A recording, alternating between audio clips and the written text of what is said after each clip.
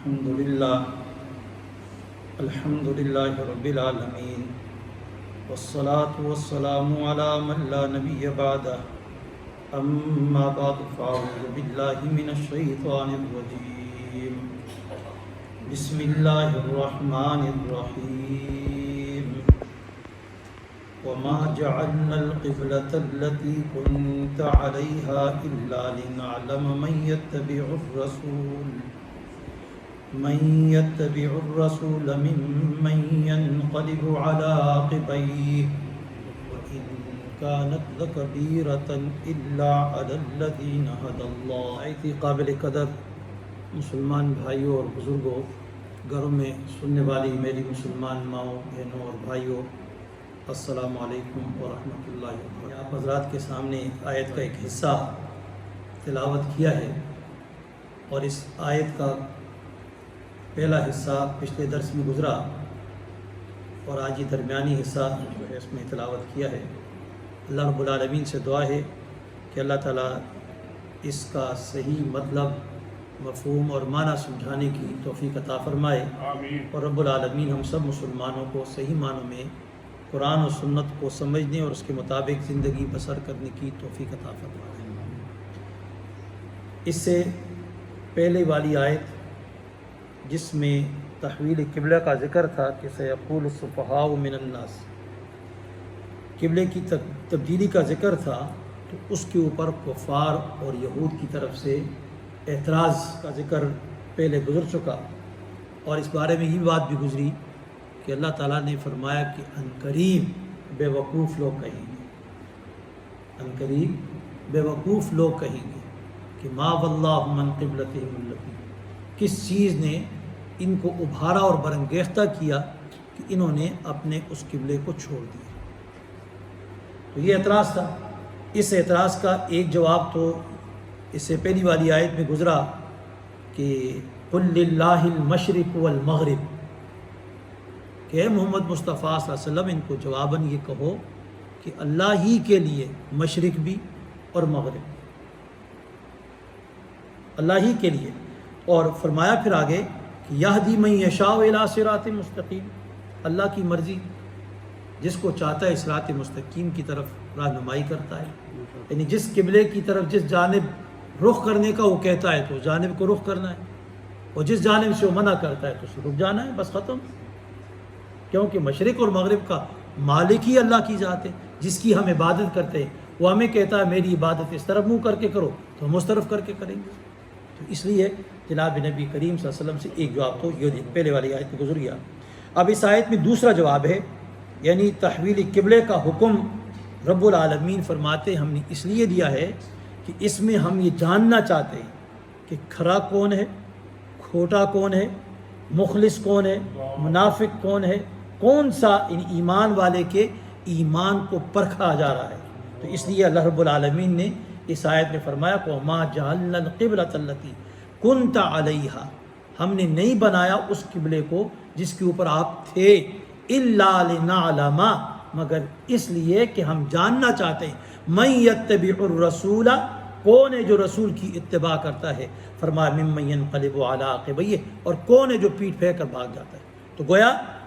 کھرے اور کھوٹے کی پہچان کے لیے رب العالمین نے قبلے کی تبدیلی کا حکم دیا ہے، قبلے کی تبدیلی کا حکم دیا ہے۔ تو جواہر قرآن میں یہاں لکھا ہے تفسیر کے اندر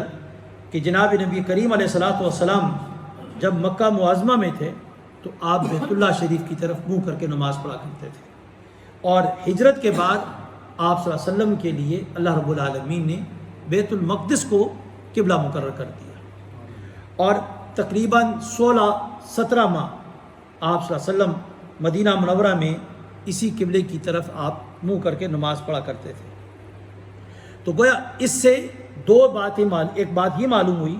کہ یہاں پر جناب نبی کریم صلی اللہ علیہ وسلم کے لیے جو قبلے کی تبدیلی آئی ہے وہ 2 مرتبہ ہوئی ہے، یعنی تحویل قبلہ 2 مرتبہ ہوا ہے، ایک مکہ میں، پھر اس کے بعد مدینہ منورہ میں جب آئے، پھر اس کے بعد یعنی پہلے مکہ میں حکم تھا بیت اللہ شریف کے لیے، پھر مدینہ میں آئے تو مسجد اقصیٰ کی طرف، پھر مسجد اقصیٰ سے بیت اللہ شریف کی طرف۔ تو اس سے یہ معلوم ہوتا ہے تحویل قبلہ کتنی مرتبہ ہوا؟ 2 مرتبہ۔ تفسیر معارف القرآن میں یہاں پر لکھا ہے انہوں نے کہ صحابہ کرام اور تابعین جو تھے، صحابہ کرام اور تابعین کے درمیان اس بات میں اختلاف ہے کہ جناب نبی کریم علیہ الصلاۃ والسلام جب مکہ مکرمہ میں تھے اور جب نماز فرض ہوئی تو نماز کی فرضیت کے وقت اللہ رب العالمین نے ان کو کس قبلے کی طرف منہ کرنے کا حکم دیا؟ تو حضرت عبداللہ ابن عباس رضی اللہ تعالیٰ عنہ اور دیگر صحابہ ان کا قول یہ ہے کہ آپ صلی اللہ علیہ وسلم کو جب نماز فرض ہوئی تو نماز کی فرضیت کے بعد آپ صلی اللہ علیہ وسلم کو بیت المقدس کی طرف منہ کر کے نماز پڑھنے کا حکم تھا۔ تو گویا آپ صلی اللہ علیہ وسلم جب مکہ مکرمہ میں تھے تو اس وقت بھی آپ صلی اللہ علیہ وسلم بیت المقدس کی طرف منہ کر کے نماز پڑھا کرتے تھے، اور مدینہ منورہ میں جب تشریف لائے تو 16-17 ماہ آپ صلی اللہ علیہ وسلم بیت المقدس کی طرف ہی منہ کر کے نماز پڑھا کرتے تھے۔ کہ آپ صلی اللہ علیہ وسلم اس طرح کرتے کہ حجر اسود اور رکن یمانی ان دونوں کے بیچ میں جناب نبی کریم علیہ الصلوۃ والسلام کھڑے ہو جاتے، تو اس سے یہ ہوتا کہ بیت اللہ شریف بھی سامنے ہو جاتا اور مسجد اقصیٰ بھی سامنے جاتی، تو بیت المقدس بھی سامنے آ جاتا۔ تو اس طرح جناب نبی کریم علیہ الصلوۃ والسلام نماز پڑھا کرتے تھے۔ اور دوسرے حضرات وہ فرماتے ہیں کہ جب نماز کی فرضیت ہوئی مکہ مکرمہ میں تو آپ صلی اللہ علیہ وسلم کو اس وقت بیت اللہ شریف کی طرف منہ کر کے نماز پڑھنے کا حکم تھا۔ تو جب تک آپ صلی اللہ علیہ وسلم مکہ مکرمہ میں رہے تو آپ علیہ الصلوۃ والسلام بیت اللہ شریف کی طرف منہ کر کے نماز پڑھا کرتے تھے، لیکن جو ہی مدینہ منورہ کی طرف ہجرت فرمائی تو ہجرت کے بعد پھر اللہ رب العالمین نے بیت المقدس کی طرف منہ کر کے نماز پڑھنے کا حکم دیا۔ تو جناب نبی کریم علیہ الصلوۃ والسلام نے 16-17 ماہ بیت المقدس کی طرف منہ کر کے نماز پڑھی، اور اس کے بعد پھر اللہ رب العالمین نے قبلے کو تبدیل کر دیا، اور پھر جناب نبی کریم صلی اللہ علیہ وسلم بیت اللہ شریف کی طرف منہ کر کے نماز پڑھنے لگے۔ اب یہاں پر ایک سوال یہاں مفسرین نے لکھا ہے، فرمایا اس کے اندر کیا حکمت تھی کہ رب العالمین نے جناب نبی کریم علیہ الصلوۃ والسلام کو اس تحویل قبلے کی تبدیلی کا حکم دیا، کیوں دیا؟ تو یہاں پر یہ ایک کویسچن ہے، سوال ہے۔ تو مفسرین فرماتے ہیں، تفسیر معارف القرآن میں ہے کہ وہاں پر یہاں پر اس کے اندر اس کی حکمت یہ بیان فرمائی کہ فرمایا جب جناب نبی کریم علیہ الصلوۃ والسلام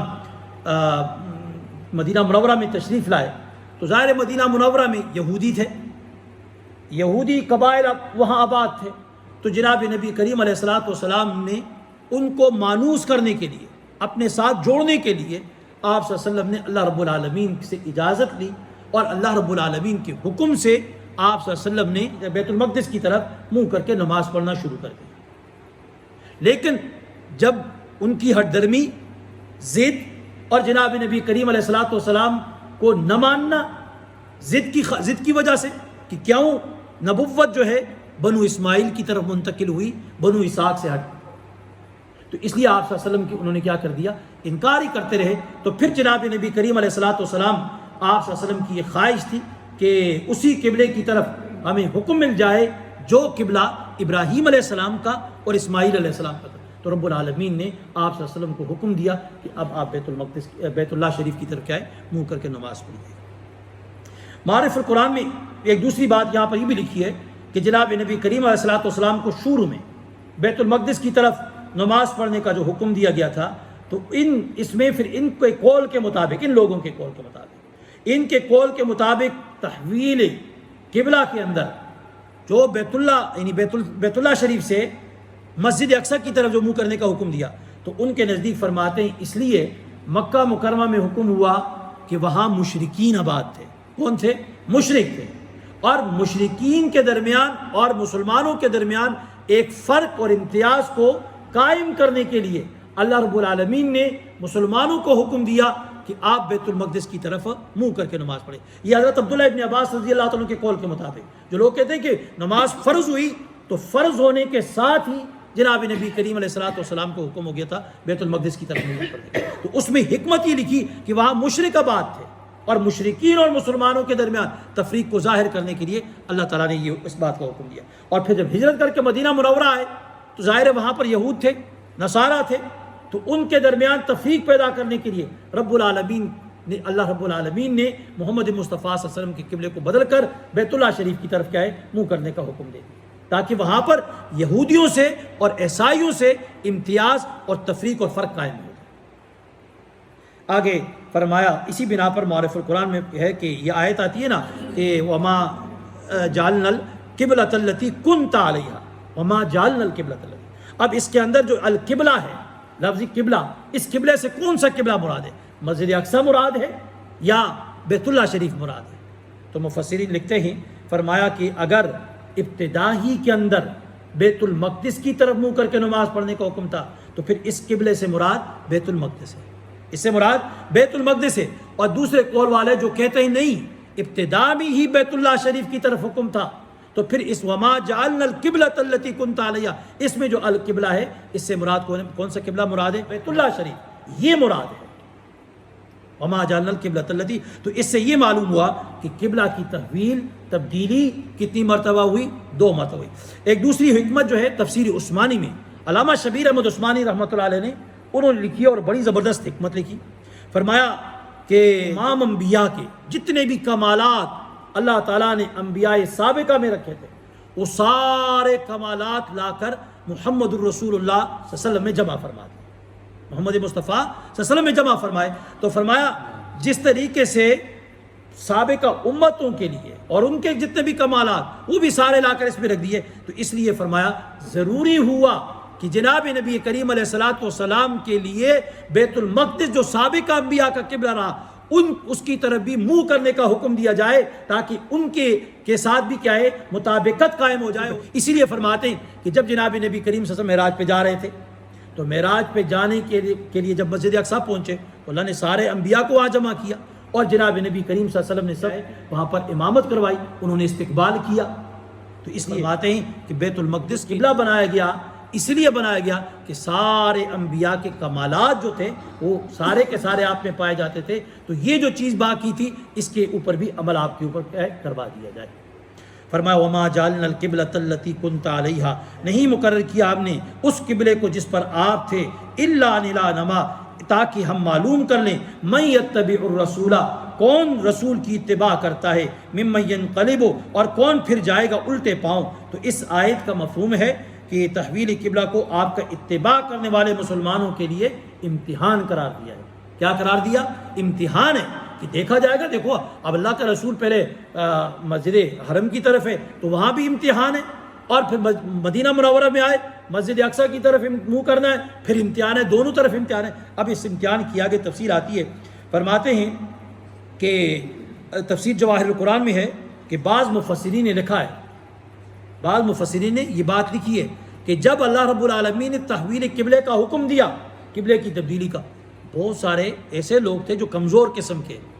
وہ کیا ہے مرتد ہو گئے تھے، مرتد ہو گئے۔ انہوں نے کہا یہ کیا بات ہے کہ نبی صلی اللہ علیہ وسلم تو کبھی ایک قبلے کی طرف کبھی دوسرے قبلے کی طرف، اور اعوذ باللہ یہودیوں نے منافقین نے کہا یہ تو پھر چلے گئے اس دوسرے قبلے کی طرف، یہ تو اپنی مرضی کے قبلے کی طرف چلے گئے، مسجد حرام کی طرف، بیت اللہ شریف کی طرف۔ تو انہوں نے اس کے اوپر کیا کر دیا، اعتراض کر کے اسلام سے خارج ہو گئے، مرتد ہوئے۔ مرتد کا معنی یہ ہوتا ہے کہ جو آدمی اپنے دین کو کیا کر دے، چھوڑ دے۔ تو کئی ہے کس طرح، تو یہاں پر پھر مفسرین نے ایک دوسری بات لکھی، یہ جو مسلمان مرتد ہوئے یہ اصل میں کمزور ایمان والے وہ لوگ تھے جو ظاہراً مسلمان تھے، اندر سے منافق تھے، اسلام میں پورے کے پورے داخلہ نہیں ہوئے تھے۔ تو اس لیے یہ منافق قسم کے جو لوگ تھے انہوں نے پہلے تو چھپ چھپا کر دین اسلام کا مذاق کرتے تھے، اب اعلانیہ طور پر کھلے عام حضور صلی اللہ علیہ وسلم کا مذاق کرنے لگ گئے۔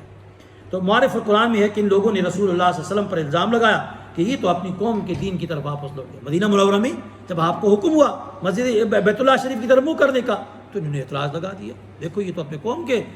قبلے کی طرف چلے گئے، اپنے قوم کے دین کی طرف جا رہے ہیں۔ وَإِن كَانَتْ لَكَبِيرَةً، اور اگرچہ یہ بھاری ہے، بے شک یہ بات بھاری ہے کہ تحویل قبلہ والی بات، قبلے کی تبدیلی والی بات تو بہت بڑی بات، بھاری بات ہے، وزنی بات ہے، بوجھل بات ہے۔ تو فرمایا الا علی الذین ھدی اللہ، مگر ان لوگوں کے لیے بھاری نہیں ہے، کوئی مشکل نہیں ہے جن کو رب العالمین کیا کر دے، ہدایت دے دے، یعنی جن کے دل میں یہ ہو ہم نے تو اللہ کی عبادت کرنی ہے، جس جانب رب العالمین منہ کرنے کا کہے ہم اس جانب منہ کریں گے، ہم تو کیا ہے غلام ہیں کس کے، اللہ کے حکم کے۔ ان کی زندگی ایمان ہے اور تسلیم کرنے کا نام ہے، وہ باقی کسی چیز کو مصلحت کو نہیں دیکھتے، اس میں کیا مصلحت ہے، اس میں کیا حکمت ہے۔ آج کل جس طرح لوگ دیتے ہیں نا بہت سارے مسائل میں، اس میں حکمت کیا ہے جی، اس میں حکمت کیا ہے جی، وہ حکمت دیکھتے دیکھتے کیا ہے بہت ساری دینی باتوں کو کیا کر دیتے، وہ چھوڑ دیتے۔ جس طرح ابھی قربانی کے بارے میں ابھی جو گزرا مسئلہ، تو قربانیوں کے اندر بھی بہت سارے لوگ، بھائی یہ لوگ بھوکے مر رہے ہیں، تو حکمت کیا ہے، حکمت ڈھونڈتے ڈھونڈتے انہوں نے کہا چھوڑو جی قربانی کرنا، لوگ بھوکے مر رہے ہیں ان کو کھلا دو، قربانی کو چھوڑ دو۔ حالانکہ ایسی بات نہیں، قربانی کے دنوں میں سب سے افضل عبادت، صدقہ خیرات سے بڑھ کر عبادت وہ کون سی عبادت ہے؟ قربانی کرنا عبادت۔ تو آگے تفسیر عثمانی میں ایک بات لکھی ہے کہ خانہ کعبہ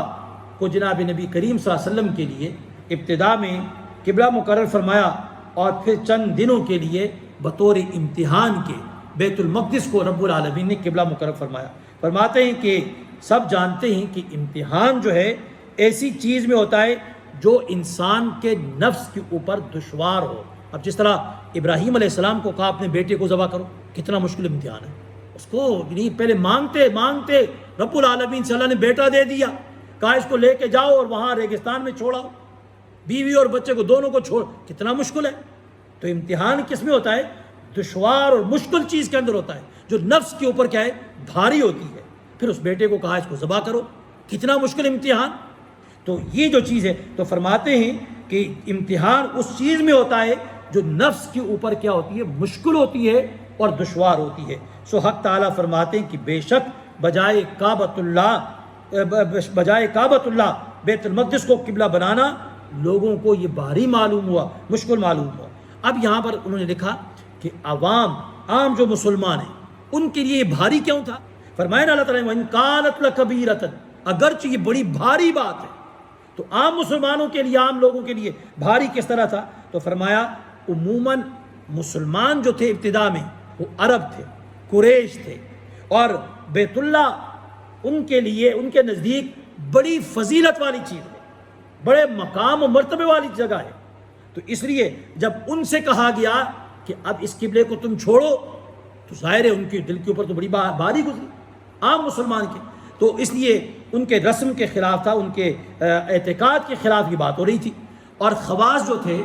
ان کے لیے بھاری کس وجہ سے تھی؟ تو فرمایا کہ وہ ملت ابراہیمی کے خلاف جانا نہیں چاہتے تھے، ان کو کہا کہ اب کعبۃ اللہ کو چھوڑو، بیت المقدس کی طرف منہ کرو، تو ان کے لیے یہ چیز جو تھی بڑی بھاری تھی کہ کعبۃ اللہ کو چھوڑ کر ابراہیم علیہ السلام کی ملت کو، اس کو چھوڑنا ان کے لیے کیا ہے مشکل تھا۔ فرما خاص الخاص جو بڑے پہنچے ہوئے جو لوگ ہوتے ہیں ان کے اوپر بھی تو بھاری گزرا۔ تو فرمایا کعبہ کے بعد بیت المقدس کی طرف منہ کرنے کو ترقی انہوں نے معکوس سمجھا۔ کیا مطلب ہے کہ انہوں نے کہا دیکھو پہلے خانہ کعبہ کی طرف منہ کرنے کا حکم دیا، اب ہمیں حکم دیا جا رہا ہے جی بیت المقدس کی طرف منہ کرو، حالانکہ مقام و مرتبہ کے اندر، فضیلت کے اندر بیت اللہ شریف جو ہے وہ بڑھ کر ہے